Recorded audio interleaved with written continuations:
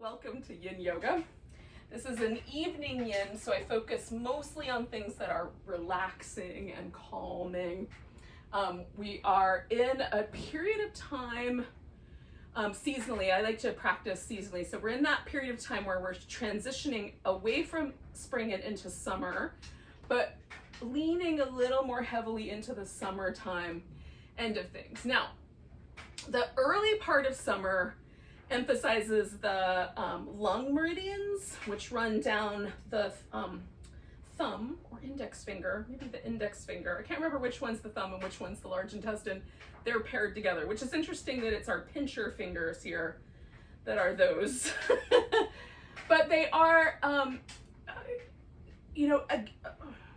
one of my favorite yoga teachers, this lady, her name is Bogue Forbes, she calls the lungs a second microbiome. So we think about our stomach and intestines as a microbiome, a place where there's other little living beings that are sort of helping us with digestion. Well, she considers the lungs a kind of microbiome too.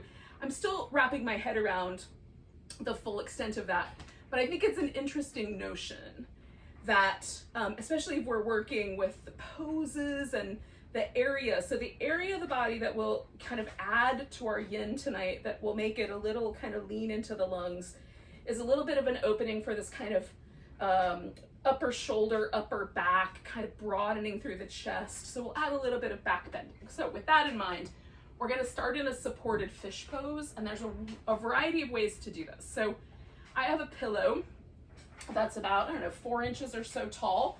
For me, that's about right because my elbows will still rest on the floor. If you have really long arms, you might want a higher surface to rest on. You can even go up to about a 45-degree angle, right? So if that feels nice and you're able to sort of rest the arms over that surface without them feeling like they're floating and pulling too hard at the shoulder joint, then awesome. Another opportunity might be yoga blocks. And again, yoga blocks have a couple of different surfaces, a 4-inch surface, a 6-inch surface, even a 9-inch surface.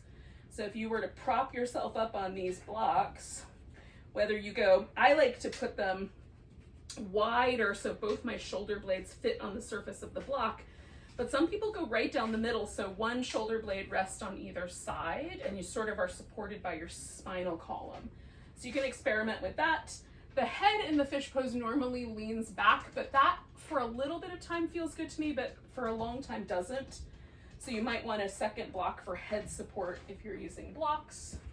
And then last possibility would be to do what's called mountain stream pose, which as far as I'm concerned, just the name alone makes it delightful.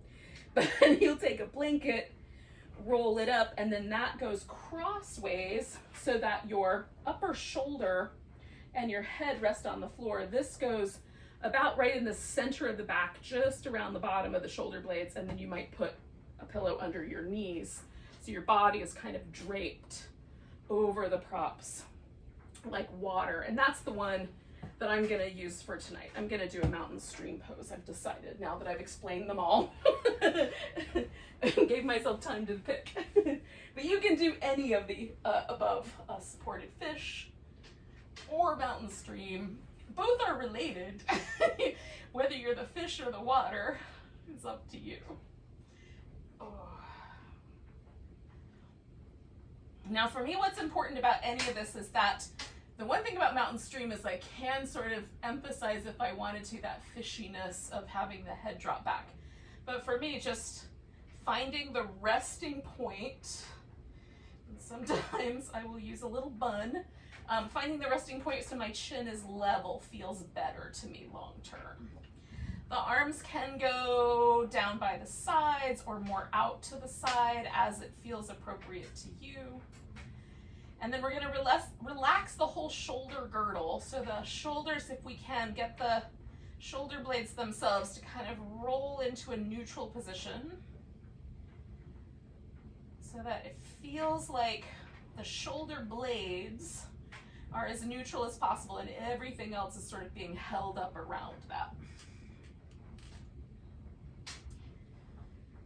Oh, and then we'll relax. Then we're gonna stay here for a good 5 minutes or so.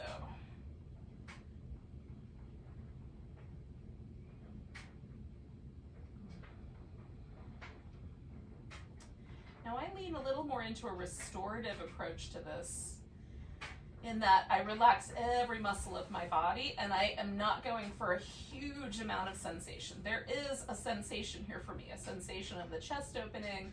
There's a sensation of the lower back and a back bend. So there is sensation, which is a little different than restorative. So it somehow threads the needle between the two practices. Not too spicy, and not too relaxed. That's the zone I'm aiming at. The Goldilocks baby bear zone. Just right.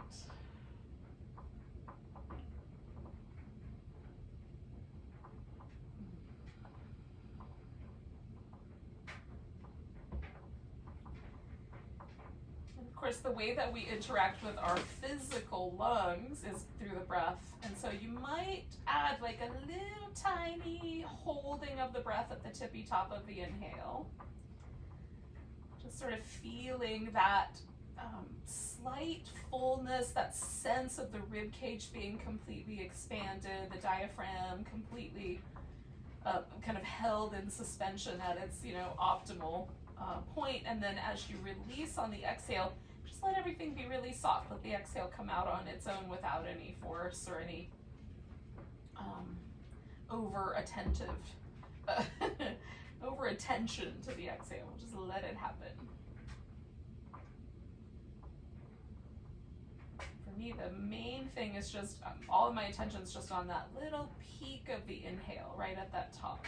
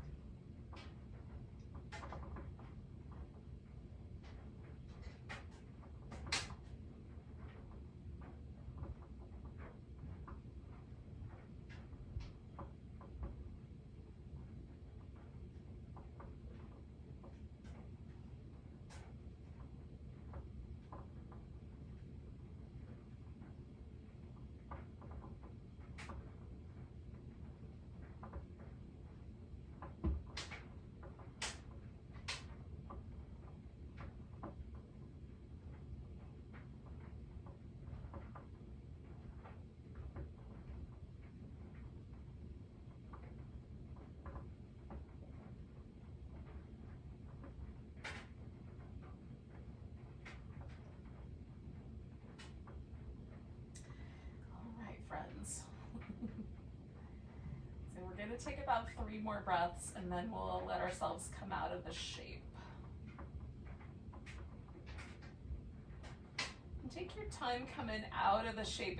If you've been holding any energy or any sort of intensity, like you've been waiting for this to be over, let yourself move even slower out of the pose, because there might be this kind of almost jumping the start line sensation. So you might just shift one thing, like the legs or whatever.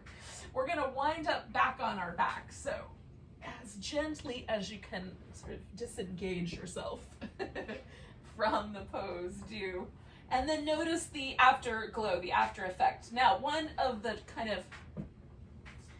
of things that's been shared with me over the years regarding the meridian, particularly around the lungs, in Qigong practices, that there's a visualization that goes with some of the lung meridian movement, and the visualization is that there's a big silver sphere, kind of, in my mind, it's like iridescent, silvery, glowy sphere that sort of expands out of the lungs, maybe as far as my fingertips can reach, right? So maybe that you might envision the breath kind of encompassing or moving into this big silver sphere. And then, like however you want to work with that. If you're not a very visual person, you're not into those kinds of things, then you just leave it off to the side. It's a yoga buffet. Take the parts you like. Put that on your plate, see if you like it. But that's one possibility. So as we kind of go along with the practice, even though, you know, most of yin focuses on the lower body, because that's where the tissue is the densest and we get the most sort of payback in that, if that's the right word, payoff. Like when we work with these really dense tissue areas that tend to hold some sticky, you know, difficult with mobility, our lower back, our hips, our legs. When we work with that, it frees up the whole system. The whole skeleton feels like it moves a little more fluidly. That's what we're after, is this kind of fluid movement. So we're going to work with the side of our body. So we're going to do a little like crescent moon banana shape. In some yin books, this is called banana asana, which is hilarious. I love all the anananas. You can just crescent a little bit. It doesn't have to be a big movement in order for this to be effective. If it feels like on the little curled up side there's any stitching or any discomfort in the lower back, I would adjust for that. The area in that, you know, there's a lot of nerves that come out of the sacrum and nerves that branch out of the spinal column. So any pinching or sort of nervy, tingly feelings, I would definitely adjust to avoid that to the degree possible. You can take the outside of the curved leg. In my case, I bent to the right, so my left side feels stretchier. And you could take that left leg and kind of cross it over the right leg at the ankle. Sometimes I really like this, sometimes I don't. It does tend to sort of orient a little bit more sensation along this sort of IT band from the top of my hip down to the greater trochanter, the outside of my femur bone, this little bumpy, bony spot on the outside. Now that's a really sensitive area. Lots of tendinous attachments happen there. So it may or may not be appropriate. So, like, judge on your own. Tonight it feels good to me. Some days I avoid it because it feels like too much. I'm also getting a really nice stretch through this kind of lower part of my abdominals, and I'm liking that. So you can kind of play with it. The lungs have as their companion in Chinese medicine the lower, the large intestine, right? So the colon. So this lower part of the abdomen might be an appropriate place to have like a little tiny bit of tug if it feels good. Again, super sensitive areas. Work, you know, cautiously and with a lot of attention and awareness.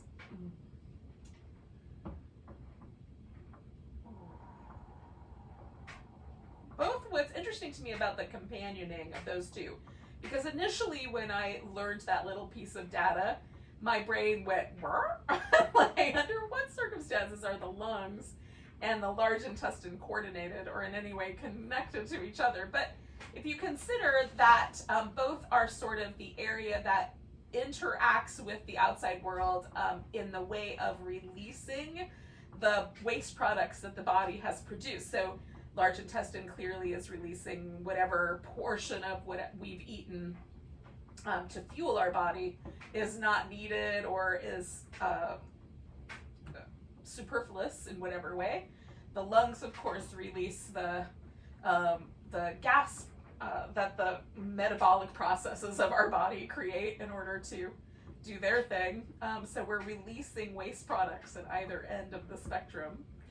So that makes sense. Okay, cool. I can definitely wrap my brain around that. So what is it in our world that we're ready to, you know, metaphorically then we can take this and kind of expand it a little bit. What are the things that I need to let go of, or am ready to let go of personally, but also, you know, we can consider this kind of culturally or over, like, as a humankind, like what are the activities that we might be time for us to eliminate or let go of or release for ourselves from? What are the things that we want to make space for, right? Because when we eliminate carbon dioxide, we make space for the oxygen to come in and exchange and fuel our blood. So what are we making space for in our life as well? One of the nice things about a contemplative practice like yin is we have time to sort of, what am I ready to make space for? What is it I need to let go of to make that space happen? You know, we can consider those things. I'm not always ready to let go of things, but sometimes they go anyway. So I can also contemplate, are there things I'm holding on to that are not in my best interest as well. Now we'll stay with this guy. I've been chatting you up for a while. We're gonna stay here for another minute or so.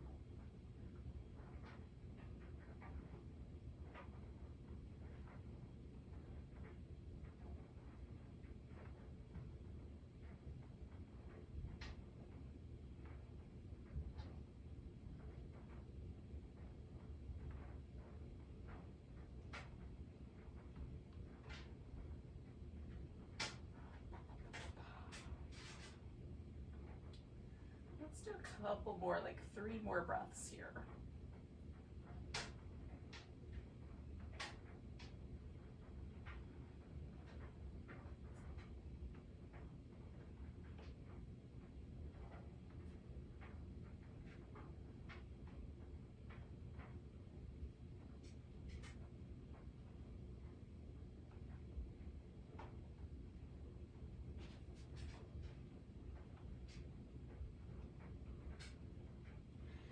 Alright, I'm gonna come on back to the center. Sometimes I move my upper body first, sometimes the legs first. I just sort of feel it out, what feels like is most accessible.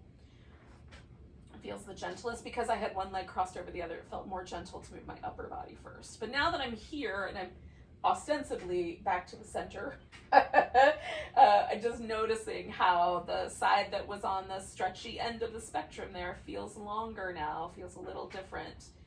Even like if I just from the feeling of it, now if I put my hand here, there's no difference, but just the sensation of my hip bones is that my left hip is actually closer to the ground and even positioned slightly differently than the right. Although if I put my hands there, they're pretty much exactly even. So I'm always fascinated by that sort of interoceptive sensation versus the proprioceptive, like this external, feeling of the way my body is positioned in space.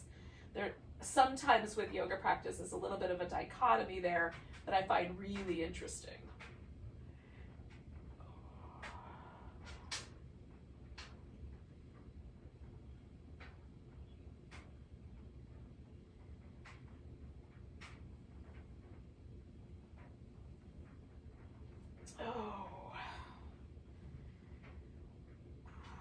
Okay, I'm gonna do the other side. Now I wait until it feels like I can no longer feel that side bend happening in my spine. So I check in a couple times just to see, does it feel like I'm still bending in the original direction? Then try the second direction just a little at a time and see if I can find a sensation that feels appropriate. The arms can change. Like I love my arms overhead so that I get a little bit of that sense of length through my arm also, especially given the kind of focus of tonight's practice being a little more lung and large intestine. That sort of outer part of the arm, upper shoulder kind of is incorporated there as well, down to the index finger and thumb. You can touch the index finger and thumb together and kind of create that little mudra, that seal. In yoga practice, this is often considered a mudra of concentration or of a sort of like combining the spiritual with the physicality of the body. I've seen some other meanings associated too, but those are the ones that come to mind first as I'm contemplating that. But that's a possibility as well, as you can create little seals, and see what that does for you instead of the visualization of the sphere or whatever other, ideas I've thrown out there to you to work with tonight.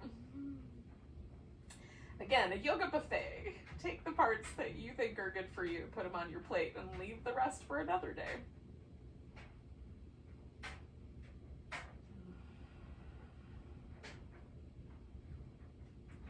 One of the things I find most interesting about mudra practice, and that is specifically hand mudras, is the difference between holding them and letting them go. So holding them for a moment, and then the most interesting things occur for me when I let the mudra go. The sensation that's left behind is the part that I find most intriguing at this stage in my yoga journey. There's all kinds of interesting things that are associated with mudras: health benefits, mental health benefits, emotional qualities, that I find really interesting. But, you know, am in that phase of like, well, let's experiment and see what happens with my own exploration of those. I haven't drawn any conclusions about mudras at this point, or specific mudras anyway. In general, my conclusion is they're groovy. But I don't have any specific, concrete, personal experiences with them at this time to report back. I will let you know later. But try them on your own. I think it's interesting.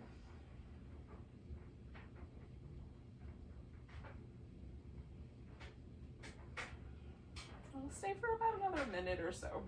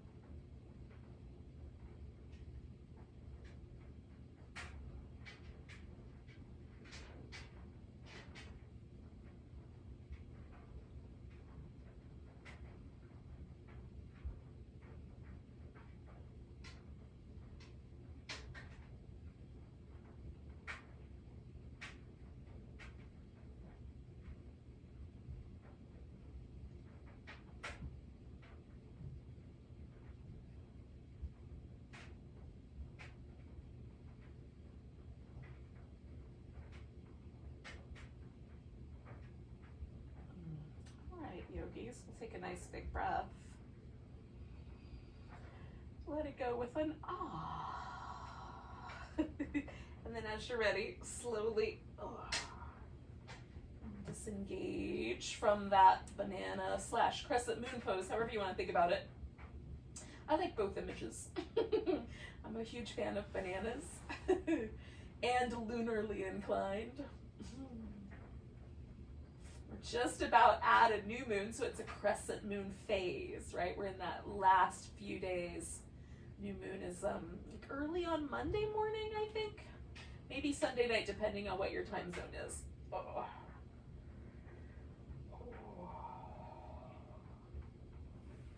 So just in time for Memorial Day. We get to celebrate another new moon. Okay. So we're gonna sit up and work with some seated poses before we do some things on our belly.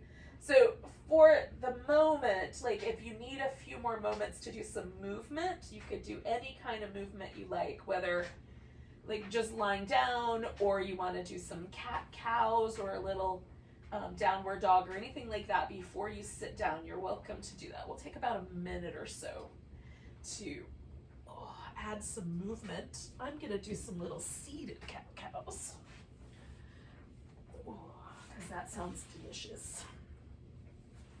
And if you want to join me for that, I would be happy to have you join me.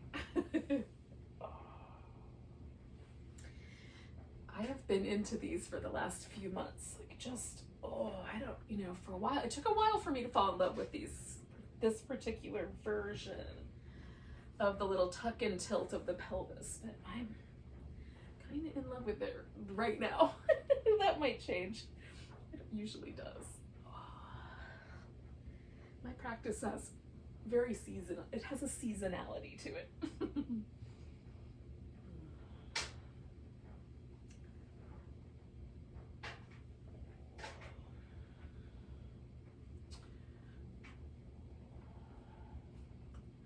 Now we're going to start with a butterfly, and this butterfly we're going to do it in kind of 3 stages. So stage 1 is going to be 1 foot in front and the other behind. So we get this kind of slightly asymmetrical. It's kind of symmetrical, but not exactly symmetrical variation on the butterfly. I like to support the area underneath my knees because there's a little bit of a gap there. If you don't have a gap, you may not feel the need to do that. So I just put a little blanket in to fill in the open space that lives in between. 1 foot, I pull in a little tighter, so there's a bigger shape to this knee than there is to this knee. So that creates a situation where as I fold in, I just pay more attention, right? Because I've got a slight asymmetry there, and there might be some sensitivity.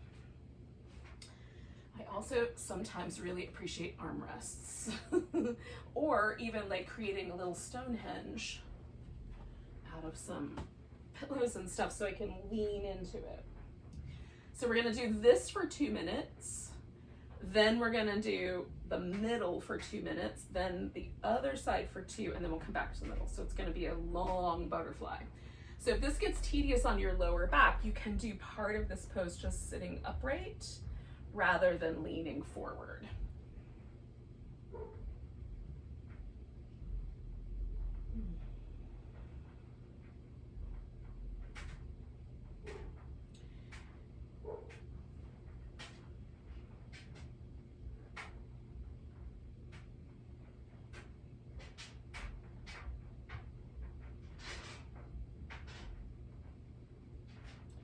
Now, I have done one thing that is really interesting to me, and that is that I have nestled my heel on my right foot into my toes on my left foot. So they're kind of scooping around my heel.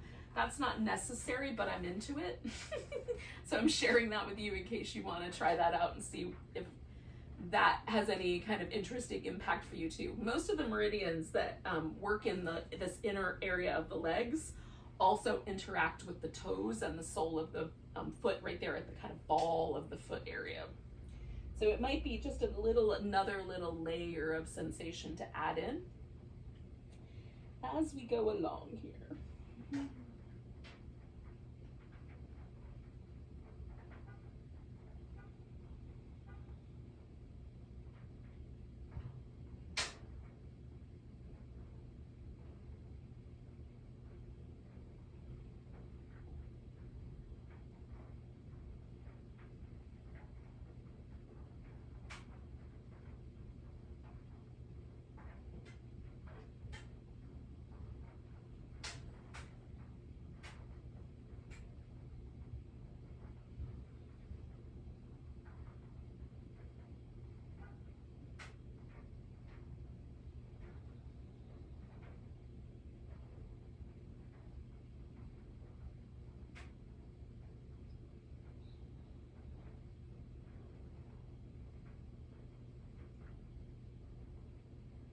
So I'm gonna stay kind of really gentle with this. I'm just gonna lift myself up, adjust my feet so that the soles are even.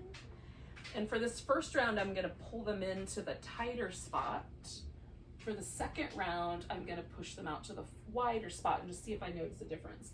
You can do it however you like. So now we've got even feet. And you're welcome to hold the feet and create a connection between your hands and feet if that appeals to you.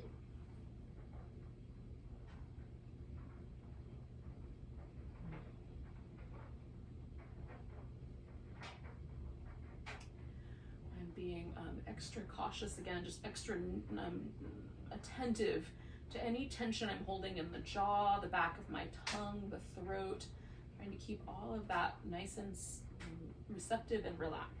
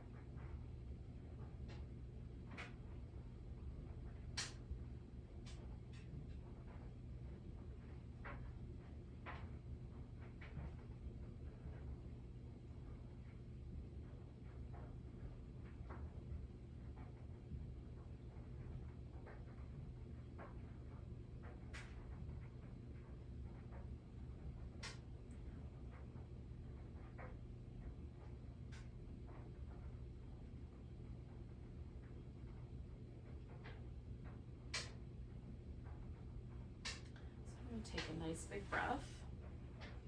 I'm just going to release just enough that I can slide that other foot into the forward position and then come right back in.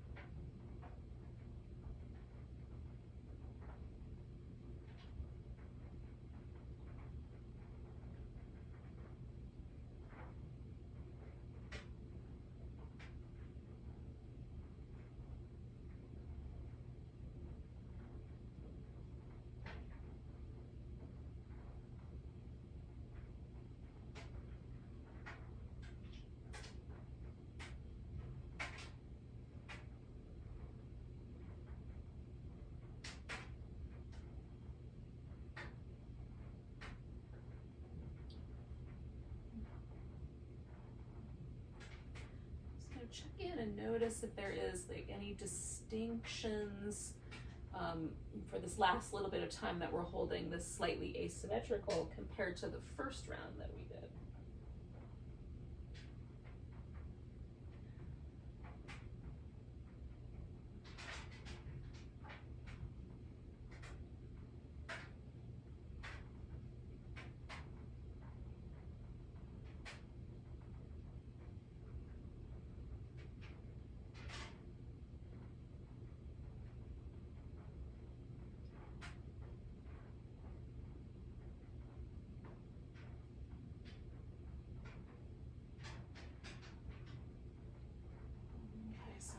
Take a big breath and come up. And again, I'm going to take my closer foot and just adjust that out. So now I have a little bit wider position for my last quarter here. Again, choose for yourself what you think is appropriate.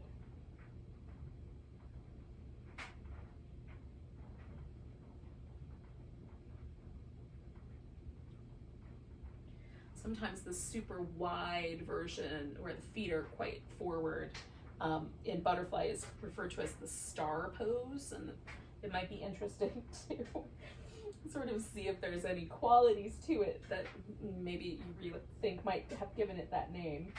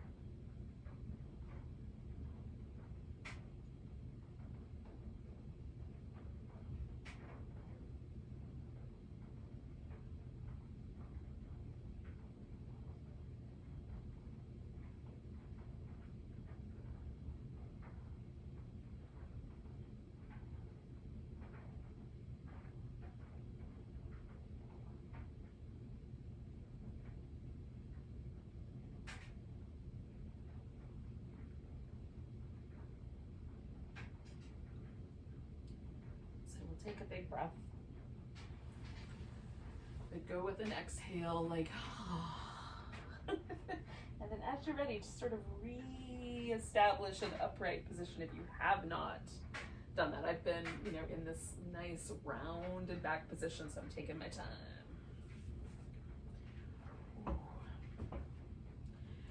I'm gonna straighten my legs, but beyond that, I'm gonna just sit for a moment and feel, kind of notice the impact or the sort of afterglow of a shape. I have always loved and still do rounded back shapes. It feels like I grow wings on my back, like all the little feathers fluff out. It feels you can see I'm image oriented, but in any case, it feels really lovely to me, but that is not the case for everyone. So notice for yourself if that is your jam, or if a different thing would be more your jam. And then you may also sort of just notice the sensations on the inner thigh, the feet. So the inner thigh in the acupuncture meridian kind of arena hosts 3 different meridians: liver, kidney, and spleen. And for me right now, the most sensitive of those is kind of coming down to this area that lives between my big toes. So that's a kidney point right there on the bottom of the foot, kind of where the ball mound of this big toe, this kind of big knuckle joint, there's a little depression in between that and the next one, and that's called the bubbling spring point. And it's the kidney 1 position, and I'm feeling a sensation in that area of my foot. So that suggests to me that somehow there's a little stimulation to that meridian, or there's a little sensitivity to that. It might be something for me to pay attention to, notice. Kidneys are related, in addition to just being related to the kidneys themselves, they're also related to the emotion of fear.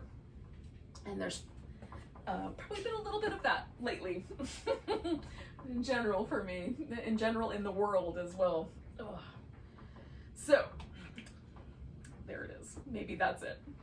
I'll just put that out there, and I'm still working with it. I don't know what the answers are. Okay, so we're gonna do, you can do a couple of different things. I'm gonna do a double leg stack, which is called square pose. When I do it, like with the shins sort of layered up and more of a square shape to the legs. You can also do the shoelace, where you bring the knees to the center so it's more of a triangle. Or if you'd prefer, you could do a pigeon here, swan pose in the yin world. So with the one leg stretched back behind you. So you can sub that in, or sub in a laying on your back, but put the legs in this position as well. So we're we're coming back to this outer hip, this outer thigh. So that's the springtime zone, the zone of the liver and the gallbladder, the kind of element of wood. And so as we kind of transition out of spring and into summer, giving like a little ode to the spring, and then all like focusing with the imagery and the mental energy kind of towards where we're going. That's my notion about it tonight anyway. I'll let you consider that on your own. Now I'm folding forward because that's normally how this pose is handled, but you could fold sideways, or you could add a seated twist here instead of the forward bend if you would like. We're gonna stay with this pose for about 4 minutes, so there's some time. I'm about halfway. I'm gonna add a twist to mine.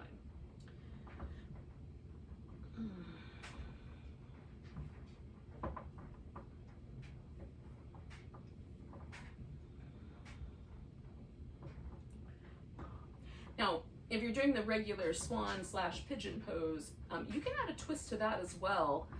The way it looks is you sort of take, like, let's say that your right leg is up front. You could take your left arm and kind of thread it even underneath your thigh and twist that direction.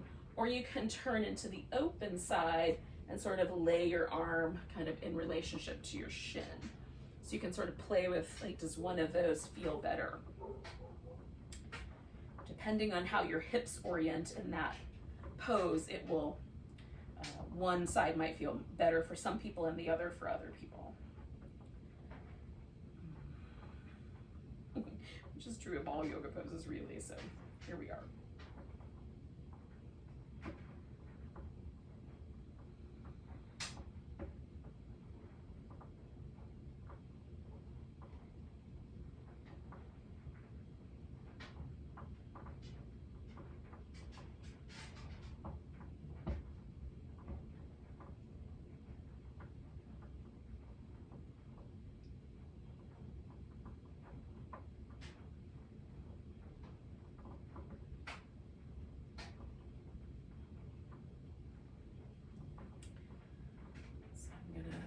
Give myself this kind of halfway mark, switch around and just twist a bit.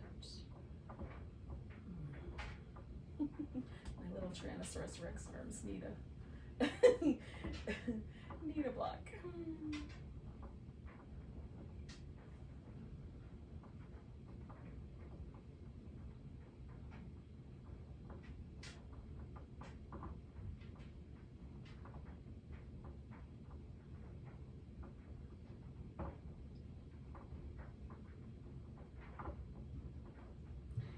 Closest thing we've got to a Tyrannosaurus Rex on the planet now is an emu. So we could, you kind of envision, you know, like a creature made mostly of thighs. Thighs and legs. Maybe this is the emu version of the pose.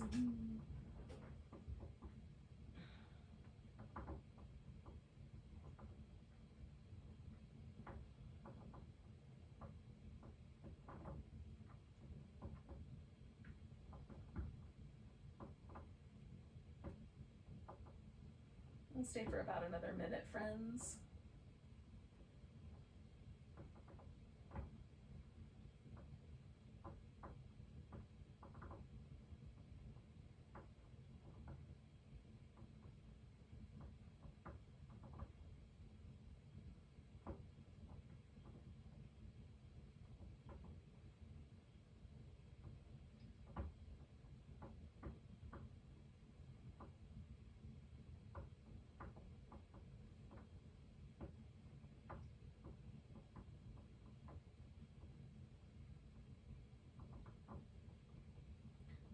Let's take a nice big breath.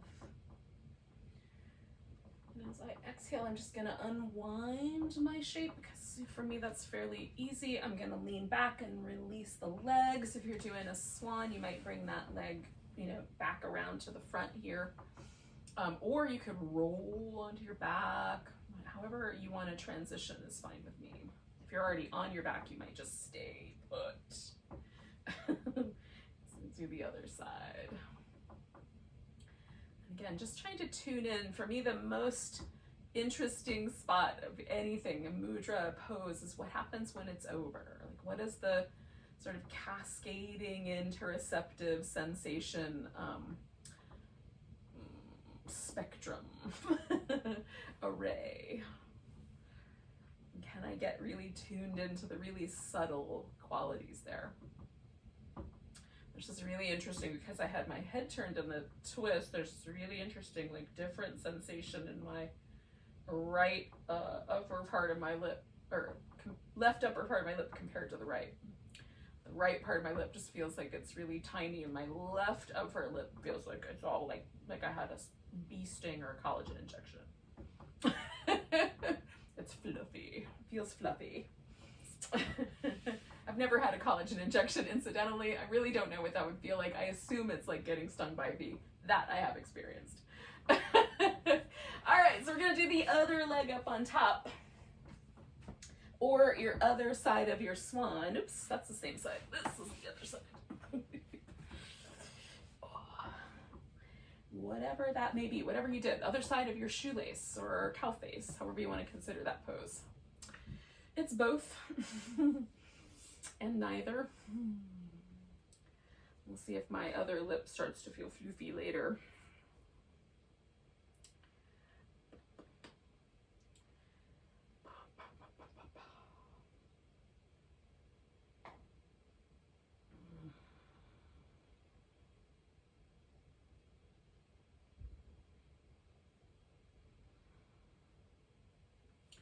So we'll let ourselves nestle in, stay a while.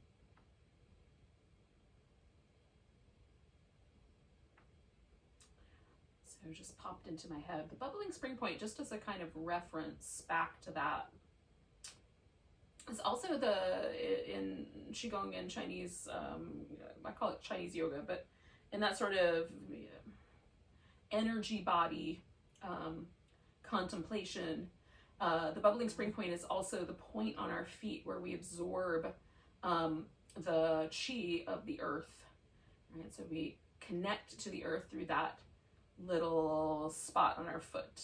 So there are Qigong practices where you stand on the earth barefoot and sort of pay attention to that little bubbling spring point as a sort of channel root to draw up some of the grounding, earthy quality, the stable quality of the earth. That's what I was trying to get to.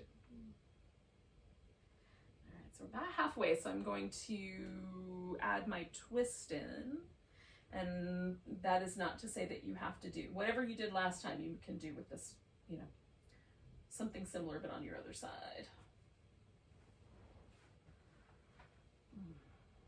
or switch it up. Sometimes it's fun to experiment and see what happens if you don't do something on the other side. Is there a radical change in the sensation of the pose?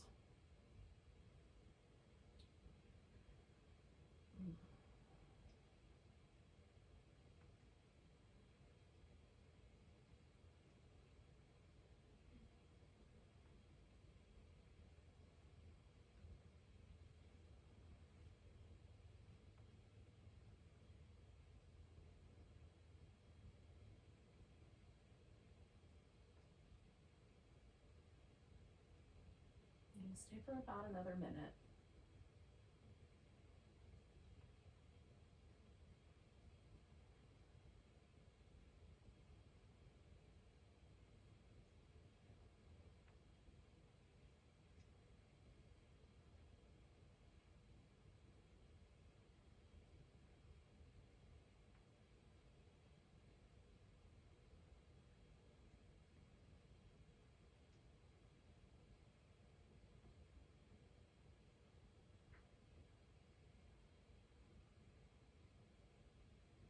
We'll take 2 more breaths.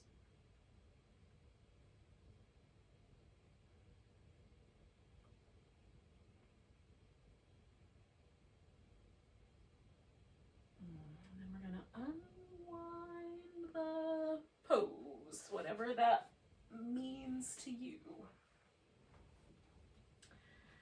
Again, so what is going to happen next is we're going to lie on our belly and do some Sphinx and some frog. But before we get to that, maybe take just a moment to sort of notice any sort of afterglow, after effect of that shape on the other side. Like, because that left upper lip was so sensitive last time, I'm just trying to see, like, is my right upper lip, at least it matches. There's not that crazy difference that I was feeling last time. It just feels like everything's a little more even across my upper lip, which is fascinating. So somehow I was tugging on the fascia that feeds to my upper lip I'm going to play with a little bit more, but not tonight. Also, before I got distracted, but I digress, wrapping back around to the instructions. If you want to do some little cat-cows or some down dog or some child's pose before you lay on your belly, that might be nice. I'm going to do a little child's pose and then find my Sphinx.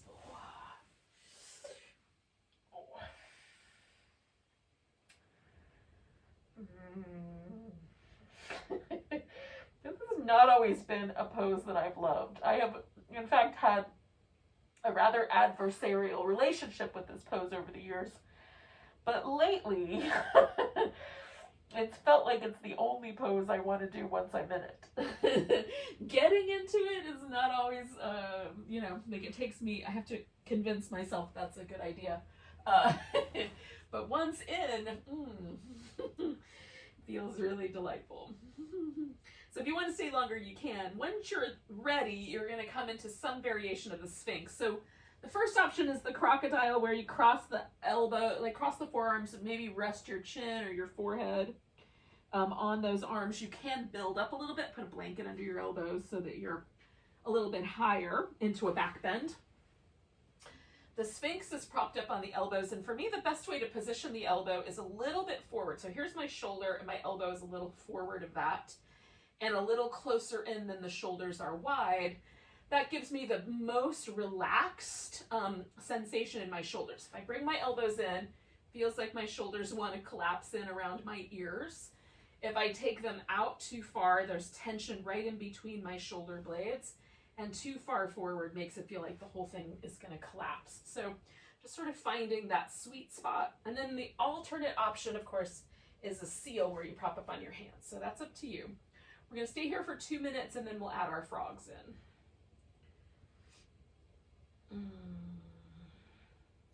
Now we've been doing all these forward bendy shapes, except for maybe the very first pose. That probably felt like a back bend, but whoo, I can feel the difference.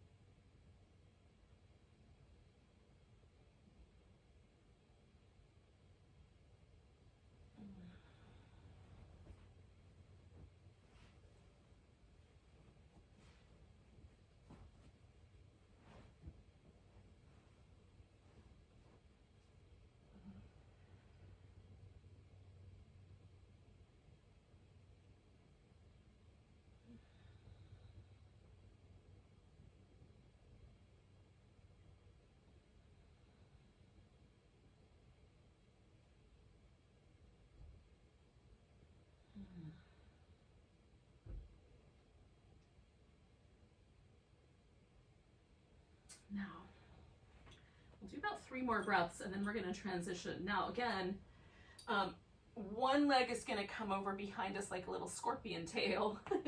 The other leg is going to go out like a little frog flipper. So you can decide which is which. Having done both of those, I'm going to scorpion tail my right foot and frog flipper my left leg.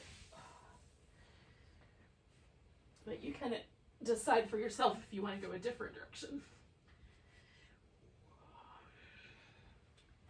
Now I'm going to add in like a little bit of a support. So I'm kind of sphinxy, but more relaxed. So I'll figure out as I go along here. how much sensation in each hip is the right amount. Now for me, this is fairly, I can almost roll my pelvis flat. Not quite, but almost. I have a lot of external rotation and abduction available to me in my hips. If your hips are not like that, you may find yourself kind of leaning a little more onto your side. That's fine. That's perfectly normal. Shape of our bones largely determines how this pose is going to settle onto the ground.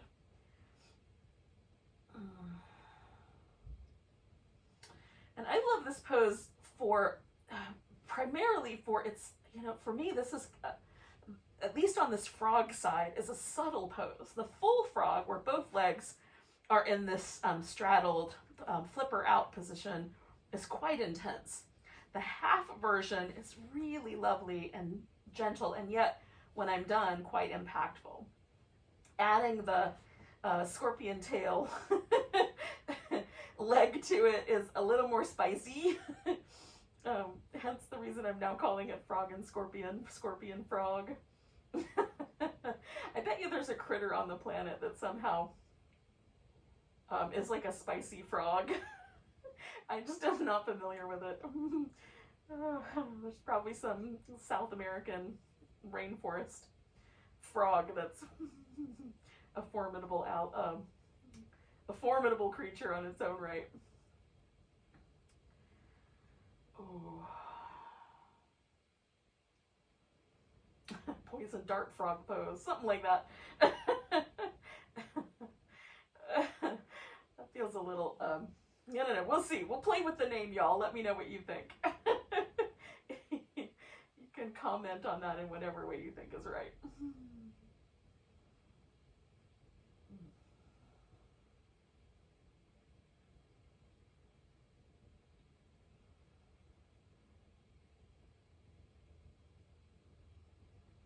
We're about halfway here. We're going to stay for a couple more minutes.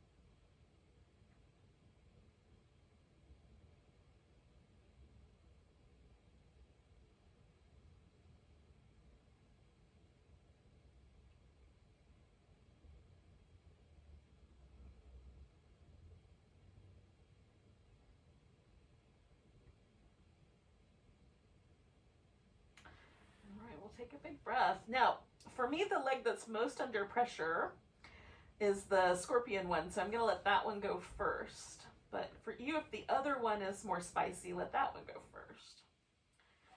I'm going to roll to my side a little bit and release that. Now, while we're here, we'll add this little shoulder little. It might not be so little. It might be pretty spicy, actually. Shoulder opener. So my left leg is the one that's going to go around behind me. So my right arm is the arm I'm going to do first. So I'm stretching my right arm out. I'm doing this palm up, and then a little bit like, I don't know, orienting my hand about in line with like the top of my hip. And then I'm going to roll onto that right side, bring my left leg around. So this leg I'm going to straighten out in a second. But before I get there, while that foot is still resting on the floor, I'm going to manipulate my right shoulder until I feel the sensation through the front of my shoulder and my upper back, but no numbness or tingling in my fingertips, which for me means I bend the elbow slightly. And that may or may not be true for you. So you can experiment a little bit. You might need to lean forward a little bit more, lean back. Your spare arm can wrap around over your back, so you have a little extra spiciness on the top as well. I use mine like a kickstand, so I can take some of the sensation away as needed. And I like a head support, but some people prefer the head to sort of hang toward the ground. I do not. So choose appropriately for yourself. So the name of this pose, for like, I always heard it as the sleeping Buddha, which is really peaceful and calm sounding. And then lately I've noticed online that it's called broken wing or broken angel. So this is another one of those. I'm taking a poll.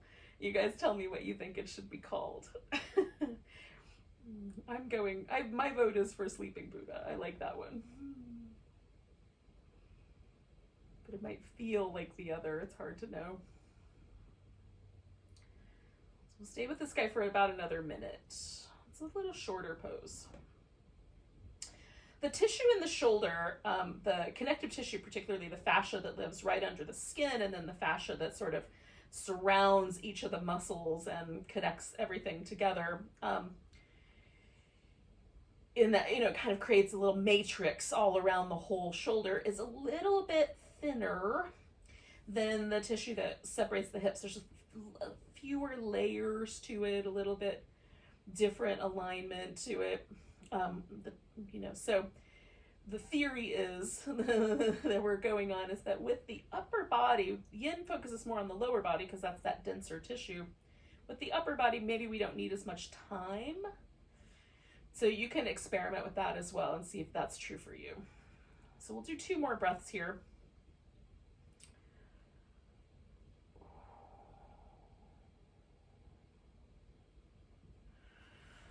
And then we'll roll out of there. And just for a moment, I'm going to roll all the way onto my left side and just give my right arm a little just a little movement. So I'm getting the shoulder blade moving in a gentle way. A little rotation, a little protraction and retraction, maybe a little elevation and depression too. Just all the little movements that the shoulder likes.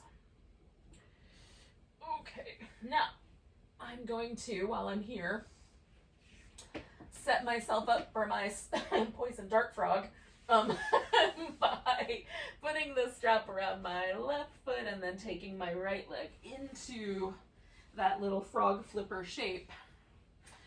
Now that I'm here, and then I'm slowly going to snuggle into the sensations offered by this adjustment of pose. I will welcome you to the same exploration, and we'll see where we land, friends.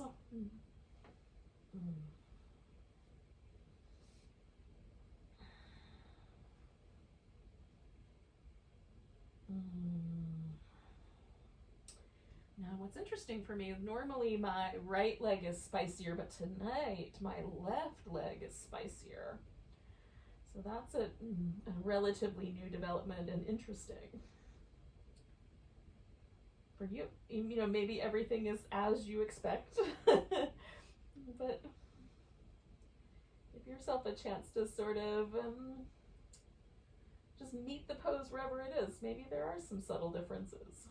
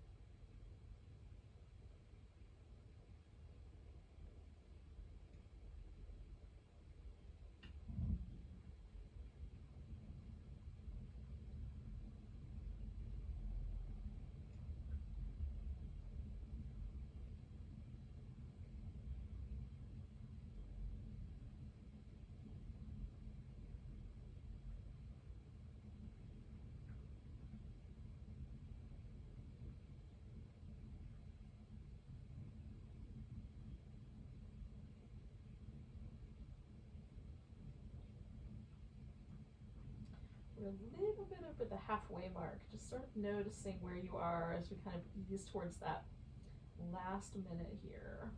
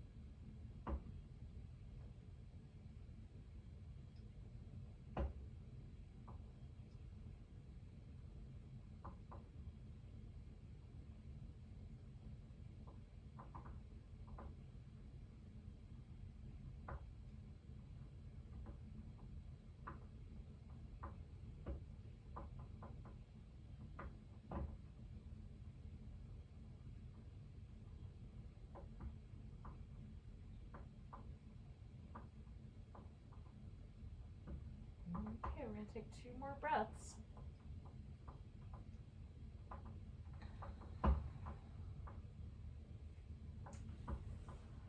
And we'll slowly kind of unwind out of the shape and eventually wind into the little shoulder opener.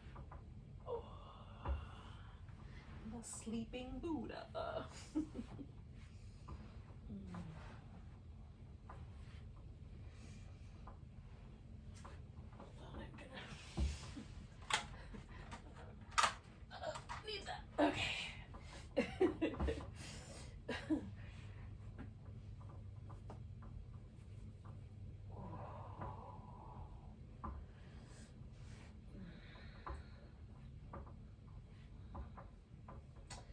Once I get my shoulder position where it feels as neutral but a little bit expanded across the front as I can, and there's no sort of sense that there's any numbness or tingling. There's some nerves that kind of hover in between where the shoulder blade and the head of the humerus and the collarbone live, that if we position the arm bone just right, we can kind of pinch those nerves up against the little boniest part of the shoulder blade over the top. So adjusting your arm so it feels like there's space there. There's not any kind of pinching or uncomfortable numbness or anything like that. We don't want that. A nice sort of sense that the front of the shoulder and the upper back, maybe the top of the shoulder, is getting sort of gently sort of tractioned around behind us. That feels nice. At least it does in my world. If you hate this, you can come all the way out. It's not your jam. That's fine. We'll stay for another minute or so.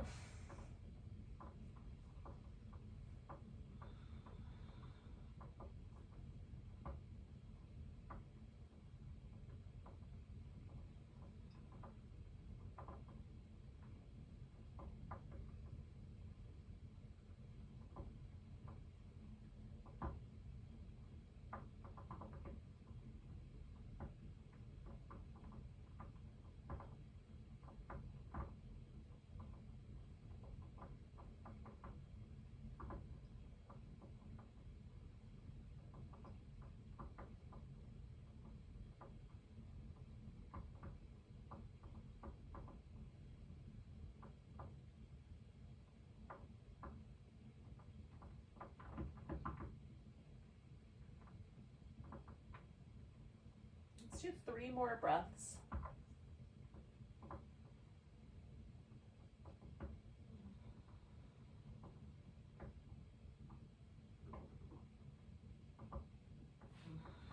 So I'm going to roll all the way out onto my left side and then give my left arm all the way onto my right side, lift my left arm a little jiggle. Movement. Now, the good news is we've arrived at our final relaxation pose. Now, this could be, you could do a seated meditation pose, you can do corpse pose, shavasana, or If you want to do like legs up the wall or legs over the chair, that's also really nice. So I'm gonna do a supported corpse pose. You can adjust as you like.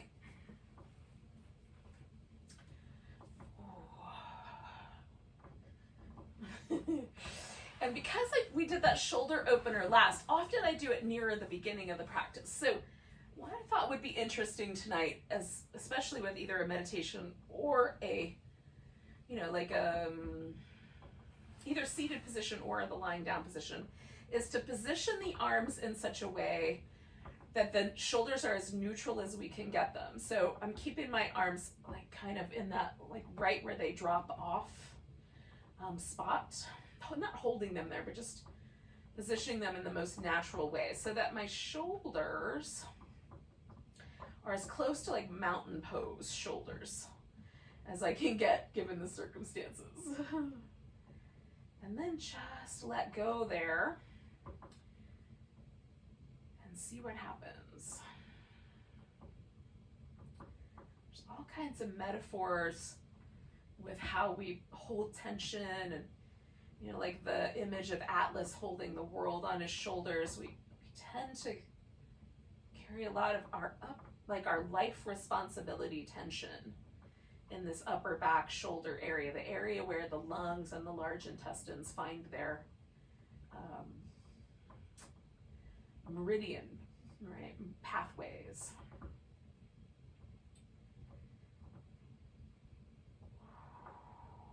And is there a connection between like mentally letting go of all of that responsibility for now and kind of creating more harmony with those two internal organs?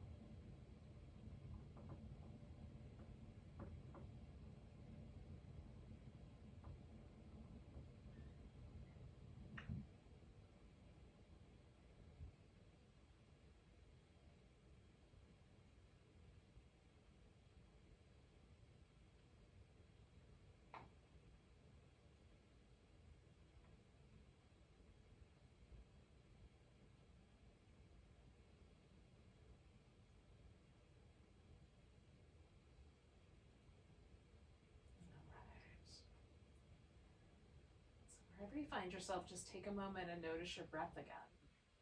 Maybe come back to that image of kind of the breath filling this big silver sphere.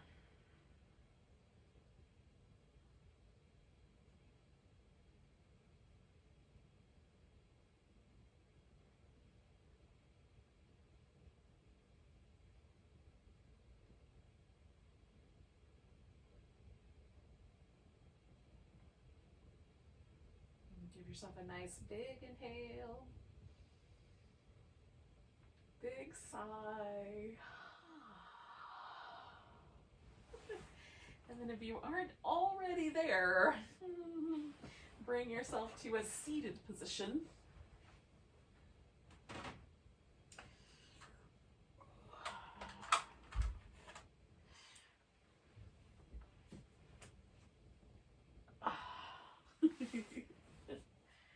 So, thanks for joining me for some yin yoga. Hopefully we'll go out into this kind of seasonal change time with some of these ideas intact. I'm welcoming in. Take a nice big breath and a big deep sigh. Namaste, friends.